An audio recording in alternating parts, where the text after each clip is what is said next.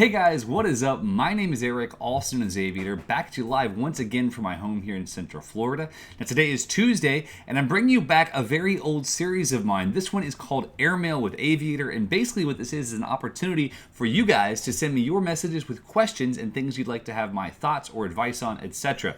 I've had some really funny questions, I've had some really interesting and deep questions, and I've done what I can in this episode to answer some of the more important ones. So I hope you guys enjoy the video. I hope that you like the concept and the pattern. Obviously, it's not an original idea, but I really did need to find a way to answer all of your questions. I get so many great messages from you guys each and every day, and I want to do what I can to interact with you. So I hope you enjoy this. It is over some domination gameplay, in which I actually had a lot of fun playing. So that's it from me, guys. This is Airmail episode number 3. Look for a couple more adventure videos and some really cool gameplay stuff coming to you very soon. I'll talk to you all later. Bye-bye. Alright guys, welcome back to Airmail episode number 3. You're going to be watching some of my Modern Warfare 3 or Battlefield gameplay. I'm not sure which yet because I'm not sure how long this video is going to be. I'm going to do my very best to answer as many of these questions as possible. The first one coming to us from an 18-year-old Mexican dude who says he knows himself. He's a geek, kind of a nerd, a reader to death, and overall considers himself to be intelligent. Not a genius, but someone who actually loves knowledge. While that may seem like it's something good, he doesn't know what he wants to do with his life. First, he wanted to be a vet, then an archaeologist, and then a writer. Currently, he wants to be a Spanish to English translator. However, no matter how much he tries, he's unable to find a single thing that he's truly and completely passionate about. The problem is that he wants to do something he loves, but that will also allow him to make a living. To quote Warren Buffett, wow, anyone who quotes Warren Buffett, this is impressive. I want to leave my children enough so they can do everything, but not so much that they won't do anything. He's scared since soon he'll have to choose what to make a living from, and he does not know what to do. Any ideas? Then he apologizes for his English, says he's still learning. I'm going to say this right now. I count maybe, just glancing at this, 2 or 3 grammatical errors. In all seriousness, that's better than most people from the U.S. So mad props to you, good sir. And I'll do what I can to answer this for you. I think it's important to kind of put things in perspective.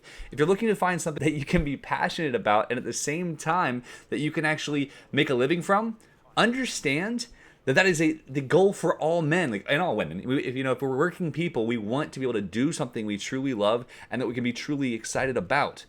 Now, before I settled on marketing, marketing was definitely not my first choice, and it's something that's not my last choice either. I worked it for a very long time. I became pretty good at it, but it was not my passion. I enjoyed it. I enjoyed what I did in it, but that only lasted for so long before, after a while, it became a chore and something I didn't really believe in. So with that in mind, what you want to do with looking at life is understand that every single thing you do does not have to be the rest of your life. While many people from our previous generations have worked jobs that, go 40 and 50 years at the same job, most people from our generation, I don't see having that happen because our attention spans are so much shorter than almost any previous generations. I mean, we have an incredibly short attention span. My dad used to do a speech. We spoke to homeschoolers, and he would tell people that he had a son, basically had an attention span of a gnat. And that for me, walking around, looking at new subjects, looking at new ideas was like a mosquito in a nudist colony. I'm constantly looking at all this fresh meat and going, yay, let's go over there. No, let's go over there. It's all so exciting. So my encouragement to you is not to have so much emphasis on one thing. Don't fear that you're not going to want to do it for the rest of your life. Have the expectation that you want to do it for 10 or 20 years, perhaps. You can last 10 years as a translator. If that's what you want to do, be the best darn translator you can be and make those 10 years of translation really make a difference in lives, really make a difference in building your business that you know that business will run long term. Just know that it's okay to not do something for the rest of your life, but be passionate about the time that you're doing it. Believe in what you're doing for that time. And that's all the information I have for you on that one, man. I don't know if that makes sense, but I really hope it does because it's important to know that while you need to be doing things that make a difference for yourself and for others, you don't have to have the expectation that it'll mean 50 or 60 years of your life. Make sure that it's enough for now, but not for always. Next one, Airmail to the Aviator. Hey, Eric, my friend asked me for girl advice. I gave him the best advice I could, but then I found out he used it to steal my girlfriend. What should I do? Thanks. Well, this question, I have to say, it puts a very sorrowful smile on my face because it is kind of one of those silly situations that you think would never happen. But first off, let's go through this together. Your friend asked you for girl advice, and he stole your girlfriend with it. So first off, that was some very good advice.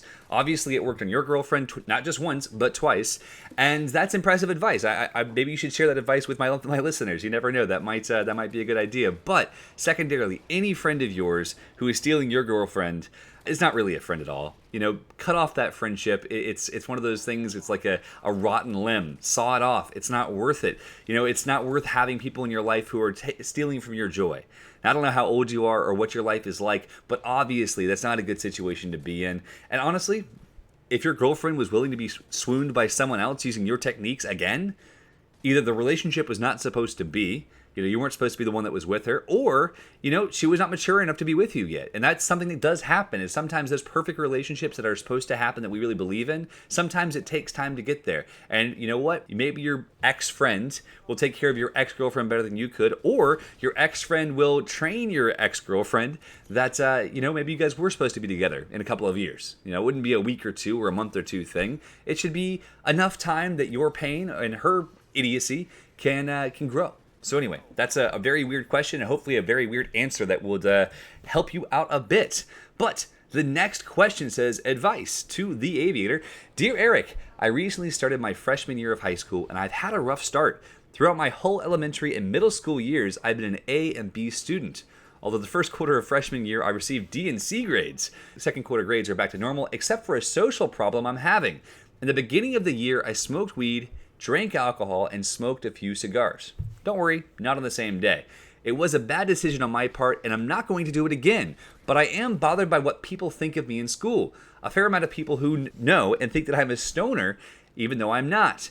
I get a fair amount of stuff from it on a daily basis, and one person has started to call me the scumbag of the grade. I don't know how to respond when I get crap about it, and I want to repair my reputation. How should I go about doing this? I'm really lost and don't know what to do. What's interesting about this situation is that a lot of people are on the other side of this. They are the outcasts for not being the drinkers, for not being the stoners, for not being the smokers. Up until, about the same age you are, I was the most straight-edge kid in the world. And there was a very, very big issue because all of my cousins' friends and my friends through them they make huge fun of me. Oh, that homeschool kid, he's never doing anything bad in his life. And it was challenging. So for you to be on the opposite side of this, I'm going to do what I can to try to help you understand that a lot of people will judge you. Now, particularly if you've made a decision not to make this be a part of your life in the future, if you've made this decision to move beyond this stuff, which I do agree, it can be a very bad decision. I definitely say don't smoke, don't do drugs, don't drink before you're of age. Obviously drugs are not legal here in the States. I don't know where you live, but it's one of those things that I would encourage you more than anything else to just stand by who you are. If one of your friends or one of these kids who does not like you or makes fun of you, they're going to come at you and say, hey, you're this horrible person for doing this. Be like, actually, no, I agree. I was a horrible person for doing this. I did make a mistake. And I'm here to tell you, I've learned from that mistake. And while you guys may not have smoked weed yet, I can tell you about it. I can tell you why it's not the best decision and why I don't do it anymore. They say, well, you also drank, didn't you? Yeah, I did also drink, and I also smoked cigars. And I'm here to tell you, it was an interesting life experience and something I've moved beyond. I don't want to do that anymore. And if you take that perspective where you come into this, because you're a young man. If you're a freshman in high school, you're a very young man, 14, 15 years of age. And the cool thing is you get to be the leader now who looks at these people who are giving you crap, and you just look them in the eye and say, hey, you can give me all the crap you want. I've already given myself that same crap. And then you can do what you can to share your experiences and teach them not to do these things. Because if you believe that it's not the right thing for you to be doing, it's a very good place for you to build your life from.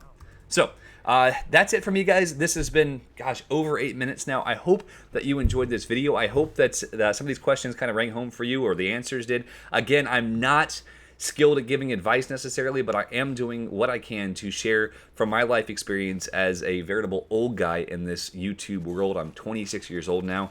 I'm married. I have a kid, so I guess I'm supposed to be, a leader. And I'm trying. I've made those mistakes, just like that last person said. He's done things in his life that he regrets, and I have as well. And I want to do what I can to help you guys not make those same mistakes, or to answer your questions whenever you have. So I hope this has been good for you. If you have any questions, don't hesitate to send me a message. Title it Airmail. I do read all of my messages. I'm not able to reply directly, but that's what this series is for. I do all that I can to get back with you guys and hopefully do more in the future. So guys, have a great day. Thank you so much for watching. I'll look forward to spending more time with you in the very near future. See you later. Bye-bye.